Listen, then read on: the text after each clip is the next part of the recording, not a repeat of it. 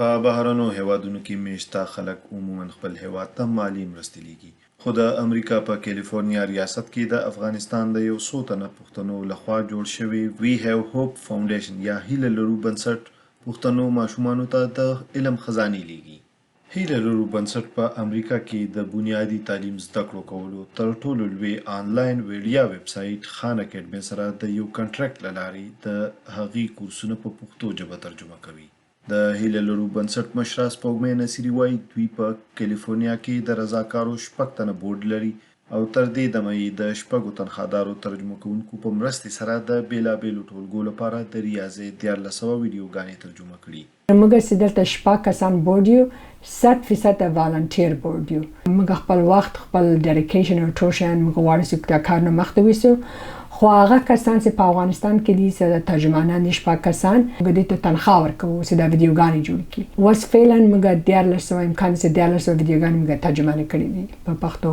کوشش کوو چې هغه ویډیوګانې وختي په ویب سایټ کې دي په یوټیوب د خان اکیډمي یوټیوب چینل کې دي. کولای شي چې شاګردان معلمان هر څوک چې غواړي استفاده وکړي کولای شي. د میرمن نصیری مطابق چونکې د افغانستان زیاتره سیمې د انټرنیټ د اسانتیا نه محرومه دي خو دغه زده کړې د ټلویزیون له لارې په اسانه هغه سیمو ته رسیدای شي.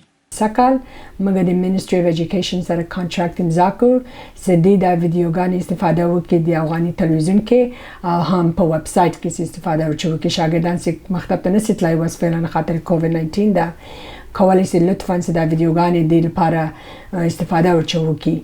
د خان اکیډمي بنسټ ایښودونکي سلمان خان وایي دغه کورسونه په مورنۍ ژبه ترجمه کول به د لږ تر لږه 50 میلیونه پښتنو په ګټه وي. To localize Khan Academy content into Pashto. That's going to serve. د خان اکیډمي کورسونه په پښتو ژبه ترجمه کولو سره به د افغانستان، پاکستان او ټوله نړۍ کې د پښتنو ماشومانو د یو لوی شمېر ویډیا تعلیم ته لاسرسی یقیني شي. د دې هڅو له لارې د دغه جنګ ځپلي هیوادونو د نوي کول مخفي صلاحیتونه رابرسېره کیدی شي او هغې د خپلې ټولنې ګټور غړي جوړېدی شي. Eventually learn everything they need to know so that they can become productive members and happy members of society. د هیله لرو بنسټ یوه بله غړي هما برکزی وایي چې د نوي کول جوړ فکر یا کریټیکل تینکینګ صلاحیت راښکاره کولو لپاره ضروري ده چې ماشومانو ته دې په مورنۍ ژبه تعلیم ورکړی شي.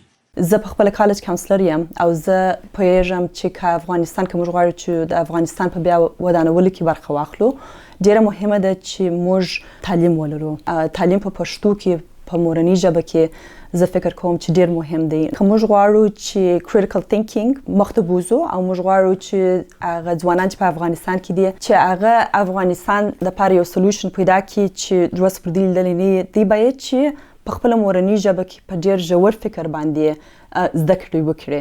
د دې کورسونو ترجمه کولو په اړه ترجمه کوونکي وایي چې ترجمه کولو لپاره د ټکنالوژۍ ترڅنګ په پښتو ژبه هم عبور پکار وي.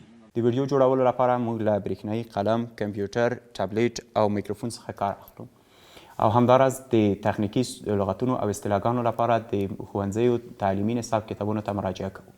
د ویډیو جوړولو په وخت کې زه ځان داسې عیاروم لکه په ټولګي کې چې مخامخ درس ورکوم تر څو له فکري اړخه خپل لیدونکي له ځان سره ولرم.